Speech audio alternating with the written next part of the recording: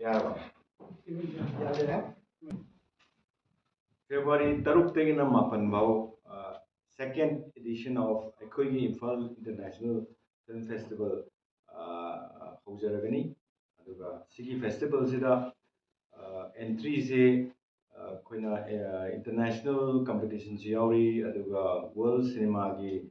acclaim cinema mayam si yauri aduga northeast ki oiba cinema si yauri aduga manipur gi iramdam gi film sing si koina package semjaraga adugumba film screening mayam si yauri aduga plus maru oina koigi industry gi segment ama industry engagement gi program mayam si yauri haiba program sida koigi documentary gi aduga fiction gi screenplay gi project development labs mayam ma tawraganda haiba festival sida koigi presentation program pitching program haiba program ama aduga master class mari direction gi aduga short film gi matangda koi manipur gumba landam sidi paisa su yam leidabani na koi short film da wari libase amaina chanaba aduna koi short film se explore tawning ba haidare na short film da wari libagi mong se explore tawning ba aduna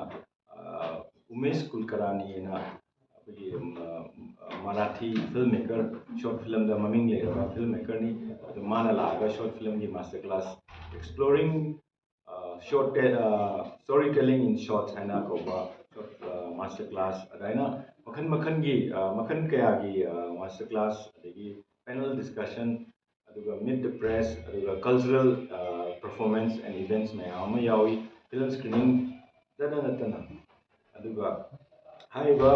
entry mayam lae entry mayam sidagi koi music ngasi se official selection announce tawjabani koina ngasi press jinnaw mayam se kawjai se so far I mean so I have to I want to make this announcement that koigi festivals that koigi International Film Festivals that 57 films koina screen tawjagani aduga 57 films ida Manipur gi 13 films yawi aduga international gi 33 international films yawi aduga 16 non feature aduga haiba 33 international films ida 16 na kanoni the non fiction healthy documentary aduga 18 films na short film ni aduga competition sida competition si makhanani khaidoi competition si fiction competition aduga documentary gi non fiction competition aduga fiction ki competition da 11 feature films yawe aduga haiba 11 feature films sida 7 international film ni aduga jaga singna Myanmar dagi film yawi Vietnam dagi yawi Sri Lanka dagi yawi Kazakhstan dagi yawi Bhutan dagi yawi Uzbekistan dagi yawi aduga Nepal dagi anna haiba country Nipan singsidagi film feature film da competition da yawi aduga 4 films na India gi ni aduga haiba India gi mari yawbisida Manipur gisu bung haina kawba film ama Manipur gi entry na koina si competition da yawjari plus documentary oiba non fiction gi oiba film tara yawi film tara sida film tarukti international film ni aduga country singsina Nepal Germany Australia Iran Bhutan adu Norway adu haiba sigi competition da yauriba film singse maming leraba film ngaktani anamba haibadi world maming leraba film festival international film festival singda saruk yaba mana phangaba aduga highlight tawraba film ngaktani aduna press ki khutangda aina appeal tawjabase mayam soidana sigi film mayam si yengbiraga Manipur cinema mu sogatpiu aduga cinema da motion picture da wari lebagi culture se kamai tawke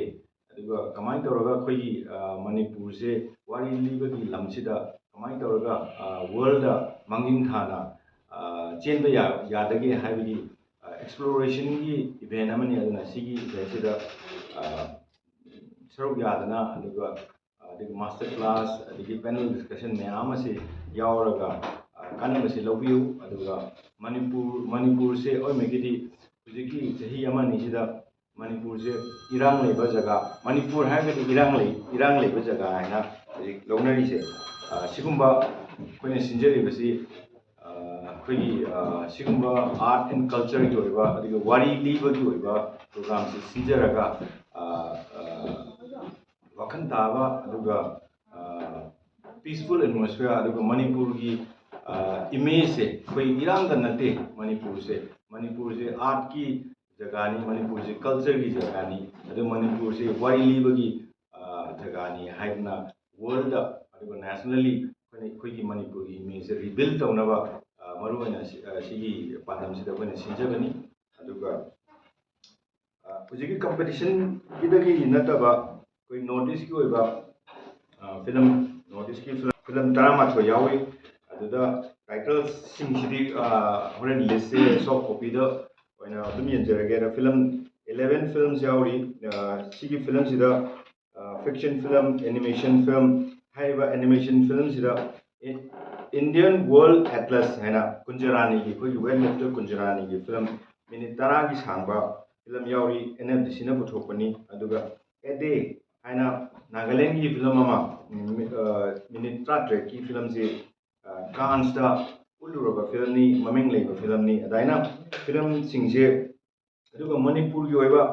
ꯑꯩꯈꯣꯏꯒꯤ short experimental film 23 ꯃꯤꯅꯤꯠꯁꯀꯤ ꯁꯥꯡꯕ ꯗꯤꯂꯨꯖꯅꯦꯜ ꯗꯤꯀꯦ ꯍꯥꯏꯅ ꯑꯩꯈꯣꯏꯒꯤ ꯃꯅꯤꯄꯨꯔꯒꯤ ꯂꯩꯔꯤꯕ ꯁꯤꯆꯨꯋꯦꯁꯟꯁꯤꯡꯁꯤꯅ ꯅꯍꯥꯁꯤꯡꯗ ꯀꯔꯤ impact ꯇꯧꯒꯦ ꯍꯥꯏꯕꯒꯤ ꯑꯗꯨꯒꯤ ꯃꯇꯥꯡꯗ ꯁ꯭ꯇꯗꯤ ꯇꯧꯕ ꯑꯗꯨꯒ ꯑꯗꯨꯃꯥꯏꯅ ꯃꯅꯤꯄꯨꯔꯒꯤ ꯅꯣꯔꯠ ꯏꯁꯀꯤ ꯑꯣꯏꯕ ꯁꯤꯡꯁꯤꯗ ꯀꯔꯤ ꯏꯁꯨ ꯀꯔꯤ ꯄ꯭ꯔꯣꯕ꯭ꯂꯦꯝ ꯑꯗꯨꯒ ꯅꯣꯔꯠ ꯏꯁꯀꯤ ꯑꯣꯏꯅ ꯀꯔꯤ ꯏꯁꯨꯁ ꯃꯌꯥꯝ ꯑꯃ ꯊꯦꯡꯅꯔꯤ ꯍꯥꯏꯕ ꯑꯗꯨꯒꯤ ꯃꯇꯥꯡꯗ ꯈꯟꯅ ꯅꯩꯅꯕ ꯐꯤꯂꯝ ꯉꯥꯛꯇꯅꯤ ꯑꯩꯈꯣꯏꯅ ꯎꯠꯆꯒꯗꯧꯔꯤꯁꯦ ꯑꯗꯨꯅ ꯅꯦꯛꯁꯇ ꯋꯥꯔꯜ ꯂꯦꯟꯁꯇ ꯋꯥꯔꯜꯒꯤ ꯑꯣꯏꯕ ꯋꯥꯔꯜꯗ ꯃꯃꯤꯡ ꯂꯩꯔꯕ ꯐꯤꯂꯝ ꯃꯅꯤꯄꯨꯔꯗꯒꯤ ꯖꯣꯖꯦꯐ ꯁꯟ ꯍꯥꯏꯅ ꯄꯋꯟ ꯀꯨꯃꯥꯔ ꯍꯧꯕꯝꯒꯤ ꯌꯥꯎꯏ ꯑꯗꯨꯒ ꯐꯥꯗꯔꯁ ꯐꯨꯠꯁ꯭ꯇꯦꯞ ꯍꯥꯏꯅ ꯁꯤꯔꯤꯌꯥꯒꯤ ꯑꯩꯈꯣꯏꯒꯤ ꯐꯤꯂꯝ ꯑꯃ ꯌꯥꯎꯔꯤ ꯑꯗꯒꯤ ꯁꯤ 29 ꯃꯤꯅꯤꯠ ꯁꯥꯡꯉꯤ ꯑꯗꯨꯒ ꯑꯣꯁꯀꯥꯔꯗ ꯏꯟꯗꯤꯌꯟ ꯅꯣꯃꯤꯅꯤ ꯑꯣꯏꯅ ꯆꯪꯉꯕ ꯁꯣꯔꯠ ꯐꯤꯂꯝ ꯃꯤꯅꯤꯠ 13 ꯁꯥꯡꯕ sunflowers were the first ones to know ꯍꯥꯏꯅ ꯑꯗꯨꯒꯨꯝꯕ ꯐꯤꯂꯝ ꯑꯃꯁꯨ ꯌꯥꯎꯔꯤ ꯑꯗꯨꯒ ꯍꯧꯖꯤꯛꯀꯤ ꯅꯦꯄꯥꯜꯗꯒꯤ ꯗ ꯃꯦꯟ ꯍꯨ ꯀꯨꯗ ꯅꯣꯠ ꯔꯤꯃꯦꯟ ꯁꯥꯏꯂꯦꯟ ꯍꯥꯏꯅ ꯑꯗꯨꯒꯤ ꯁꯨꯃꯥꯏꯅ ꯌꯥꯝꯅ ꯃꯃꯤꯡ ꯂꯩꯔꯕ ꯐꯤꯂꯝ ꯑꯗꯒꯤ ꯚꯨꯇꯥꯟꯗꯒꯤ ꯐꯤꯂꯝ ꯍꯧꯖꯤꯛ ꯑꯩꯅ ꯑꯃꯨꯛꯀ ꯍꯟꯅ ꯄꯟꯖꯒꯦ ꯑꯩꯈꯣꯏꯒꯤ ꯀꯝꯄꯤꯇꯤꯁꯟꯗ ꯌꯥꯎꯕꯅꯤ ꯃꯥꯏ ꯐꯤꯂꯝꯁꯦ ꯑꯦꯖꯦꯟꯠ ꯑꯣꯐ ꯍꯦꯄꯤꯅꯦꯁ